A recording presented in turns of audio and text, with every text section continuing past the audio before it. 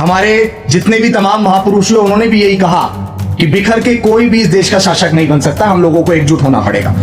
उस पदयात्रा में समाज के हजारों लोग हमारे साथ जुड़े, हजारों लोगों ने समर्थन किया। महू से यात्रा शुरू हुई, फिर महू से इंदौर, देवास, सीहोर, सोनकच्छ, भोपाल, विदिशा, खुरई, ललितपुर, झांसी, डबरा, दतिया, ग्वालियर, मुरैना, धौलपुर, आगरा, हाथरस, अलीगढ़, औरैया, फिरोजाबाद, बुलंदशहर, हापुड़, मेरठ, फिर गाजियाबाद और उसके बाद लगभग 4.5 महीने के लंबे अंतराल के बाद हम लोगों ने दिल्ली जंतर मंतर पहुंचकर बहुजन एकता संकल्प महारैली का ऐलान किया। उसमें भी हजारों की संख्या में लोगों ने पहुंचकर इस बात पे सहमति जताई कि हाँ, इस देश के अम्बेडकरवादी नेताओं को भी एकजुट होना चाहिए। पहले आप सभी पत्रकार बंधुओं को हमारी तरफ से जय भीम, जय भारत, जय संविधान, और आप सबका बहुत बहुत स्वागत।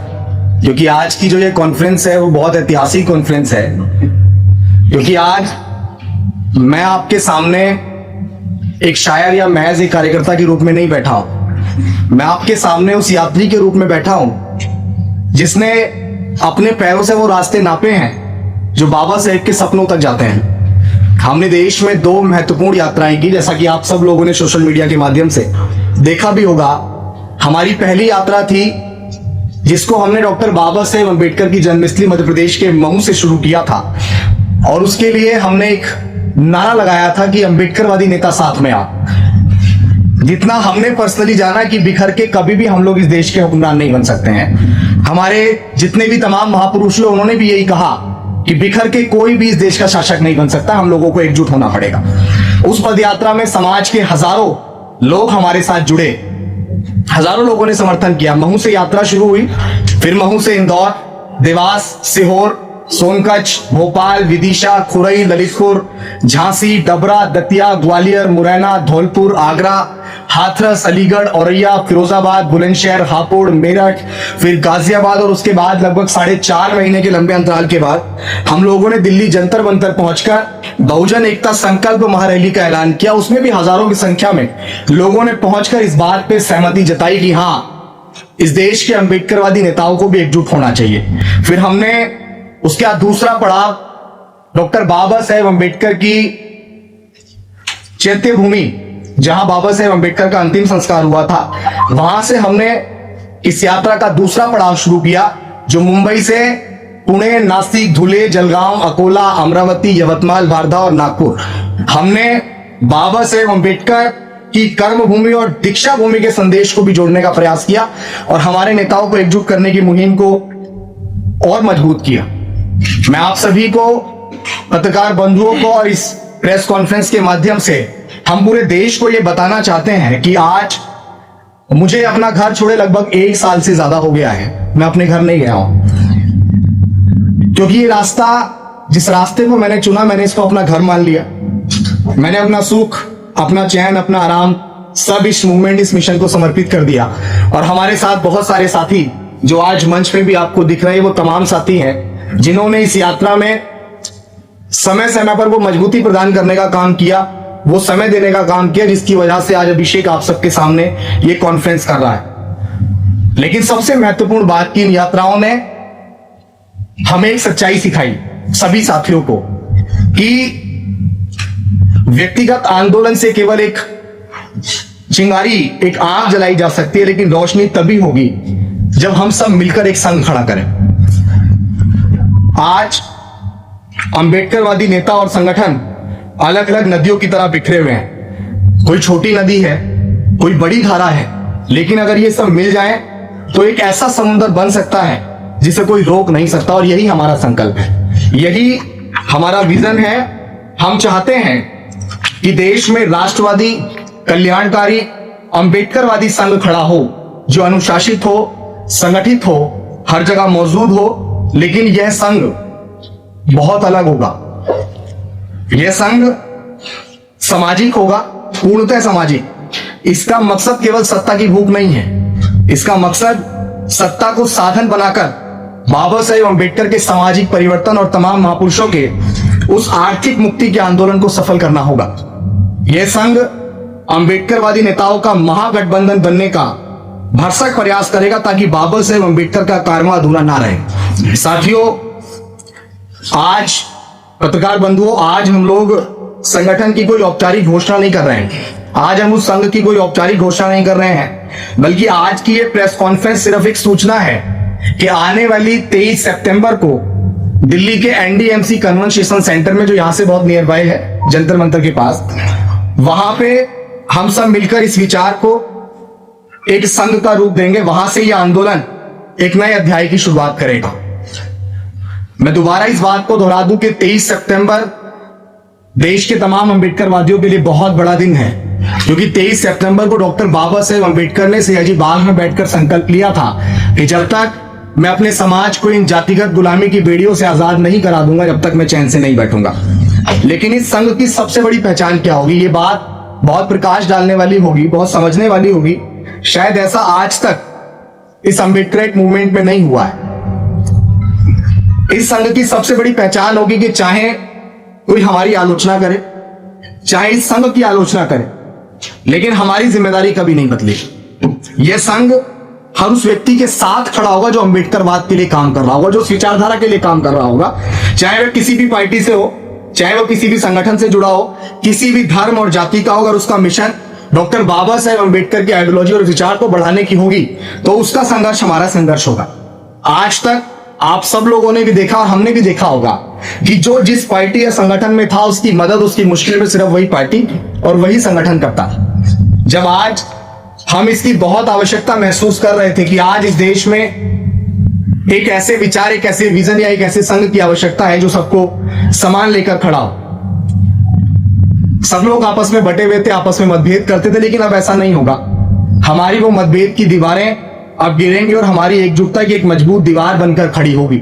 हम ये साफ संदेश देंगे कि आपकी पार्टी अलग हो सकती है, आपका संगठन अलग हो सकता है, लेकिन अगर आपका मिशन अंबेडकरवाद है तो आपकी मुश्किल में हमारा साथ आपको हर जगह पे मिलेगा और हम आपके साथ पूरी मजबूती से खड़े होंगे। यही इस संघ की आत्मा होगी, यही वह परिवर्तन होगा जो शायद अब तक इस मिशन में अधूरा था।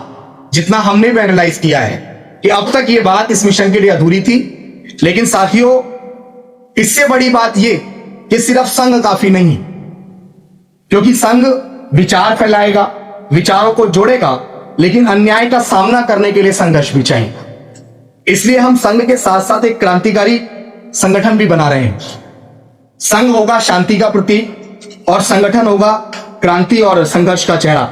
संघ हमें अनुशासन देगा, संघ हमें दिशा देगा और संगठन संवैधानिक दायरे में रहकर आंदोलन करेगा। वो आंदोलन कब करेगा?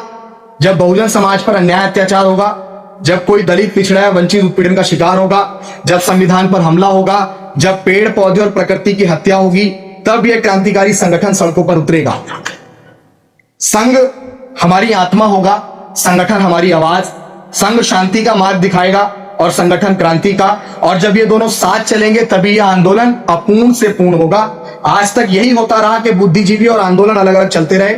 जैसा हम नौजवान हैं, हमने आंदोलन करते वक्त बहुत गहराई से इस बात को सोचा और समझा कि बुद्धिजीवी वर्ग हमेशा इस बात को कह के थोड़ा सा दरकिनार हो जाया करता था कि नौजवान जो है वो कभी भी उस धारा के साथ नहीं बह सकते जिस धारा के साथ हम लोग चलते हैं। तब हमने ये विचार किया कि कभी बुद्धिजीवी कमजोर पड़ गया, कभी आंदोलन अधूरा रह गया, लेकिन हम दोनों, जो बुद्धिजीवी है और वो जो आंदोलन करने वाला नौजवान है, उसको एक ढांचे में लेने का प्रयास कर रहे हैं, उसको लेकर आ रहे हैं। संघ जोड़ेगा, संगठन जगाएगा, संघ संभालेगा, संगठन बदल देगा, और यही हमारी सबसे बड़ी ताकत होगी। साथियों, हमारी यात्रा एक शुरुआत थी, लेकिन अब हमें सामूहिक यात्रा करनी है। मैं देश के तमाम लोगों तक ये विचार और ये बात पहुंचा रहा हूं कि आज तक जो भी हमने यात्राएं की, वो यात्राएं आज सामूहिक यात्रा के रूप में लोगों के बीच फैलानी है। हमारे कदमों की आहट अब लाखों कदमों की, करोड़ों कदमों की आहट में बदलेगी। हमारी पुकार अब हमारी सामूहिक आवाज बनेगी। साथियों, आज इस प्रेस कॉन्फ्रेंस में हम लोगों ने आपके बीच जो चर्चा की, जो बात की, वो ये प्रेस कॉन्फ्रेंस उस इतिहास की झलक है जो आने वाली 23 सितंबर को दिल्ली में हम संघ और संगठन दोनों के रूप में स्टैब्लिश करेंगे और समाज के सामने उसको रखेंगे। साथियों, वहां से ये कारवां नई ऊर्जा और नई संकल्प के साथ आगे बढ़ेगा। हम चाहते हैं कि यह आंदोलन किसी एक शख्स का ना रहे। हम चाहते हैं कि ये आंदोलन आपका, हमारा और पूरे समाज का और पूरे उस अम्बेडकरवादी आइडियोलॉजी का बने जो कहीं भी बैठकर उस मिशन के लिए इतना सा भी सोच रहा है। यही बाबा साहेब अम्बेडकर के सपनों की ओर बढ़ने का पहला कदम होगा और हम बाबा साहेब अम्बेडकर के उस कारवा को बढ़ाने के लिए दृढ़ संकल्पित होकर आज इस प्रेस कॉन्फ्रेंस में औपचारिक रूप से नहीं, लेकिन ये घोषणा जरूर कर रहे हैं कि हाँ, जिस अभिषेक को आज तक सिर्फ एक बहुजन शायक और एक सामाजिक कार्यकर्ता के रूप में आप लोग देख रहे थे, आगे ज्यादा बदलाव नहीं है। सिर्फ इतना है कि हम लोग उस ढांचे को, उस व्यक्तिगत लड़ाई को जिसको सिर्फ मैं व्यक्तिगत लड़ रहा था, उस लड़ाई को हम लोग एक सामूहिक लड़ाई के रूप में परिवर्तित कर रहे हैं। और ये सत्यता है कि आज तक आप लोगों ने भी देखा होगा कि जो जिस पार्टी, जिस संगठन में होता है, वो उन्हीं पार्टी, उन्हीं संगठन के लोगों की मदद करता है। लेकिन मान्यवर कांशीराम साहब ने, डॉक्टर बाबा साहेब अम्बेडकर ने कहा था कि राजनीतिक जड़ें मजबूत हो ना हो, लेकिन सामाजिक परिवर्तन की लड़ाई कभी नहीं रुकनी चाहिए। और उस सामाजिक परिवर्तन की लड़ाई को बढ़ाने के लिए हम लोग पूरी मजबूती से दृढ़ संकल्पित हैं। समाज के बीच ये मैसेज देना बड़ा अति आवश्यक था।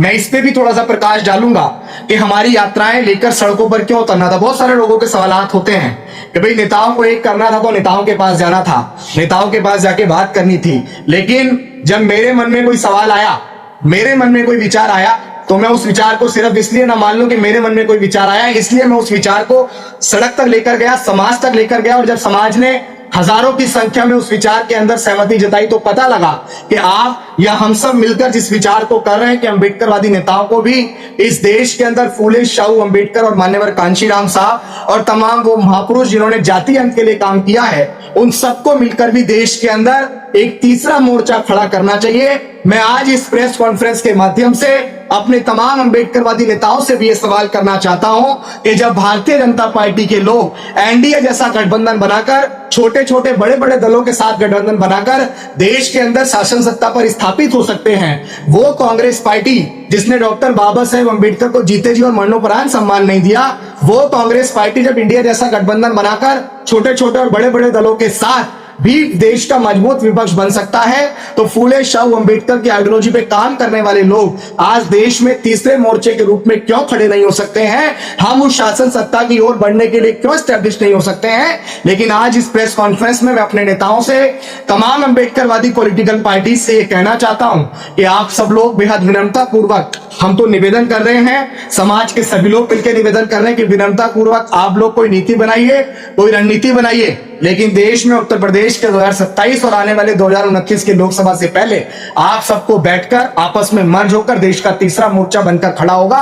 वरना हम लोग अब आपको शांति से नहीं बैठने देंगे, क्योंकि ये सामूहिक लड़ाई है। आपकी आपस के उस मतभेद और उस मतभेद की लड़ाई के चक्कर में पूरे समाज का, फूले शाहू अम्बेडकर और मान्यवर कांशीराम साहब का और देश में अम्बेडकरवाद के नाम पे जो पॉलिटिक्स हो रही थी, वो पॉलिटिक्स दिन पर दिन बिल्कुल जीरो हो रही है और उस पॉलिटिक्स को जीरो होता हुआ नहीं देख सकते।